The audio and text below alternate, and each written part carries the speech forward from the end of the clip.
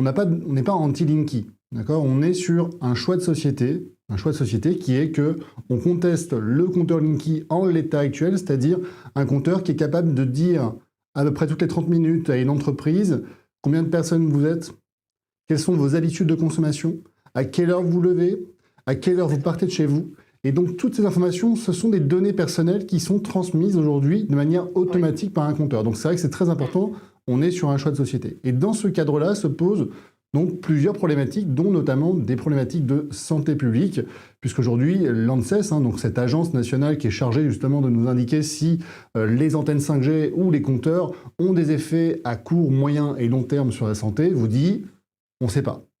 Alors, je te mets le lien vers cette vidéo qui est très intéressante. Il y a plein d'autres explications à écouter. Nous, on va s'attarder sur l'arrêt de la cour d'appel de Riom parce qu'elle est quand même très spécifique à la personne qui attaque Enedis. Alors, la requérante, donc celle qui demande le retrait du compteur, le fait parce que elle déclare être médicalement diagnostiquée électro-hypersensible depuis plusieurs années. Donc, il a fallu passer par l'étape prouver sa maladie. Comment a-t-elle fait? Elle a fourni un certificat médical le 29 avril 2019 d'un médecin généraliste certifiant cette pathologie d'hypersensibilité, suivi d'une attestation d'un laboratoire AWD du 6 février 2023 d'observation suite à une analyse sanguine confirmant cette hyper-électrosensibilité aux ondes électromagnétiques. Il y a eu un troisième certificat qui lui attestait qu'il y a eu une aggravation des syndromes résultant de cette hypersensibilité aux ondes électromagnétiques artificielles, nécessitant des mesures de protection radicales. Il y en a qui diront oui, mais l'état de la littérature scientifique concernant les ondes. Alors, la décision les évoque, je vais pas revenir dessus, ça va être un peu long,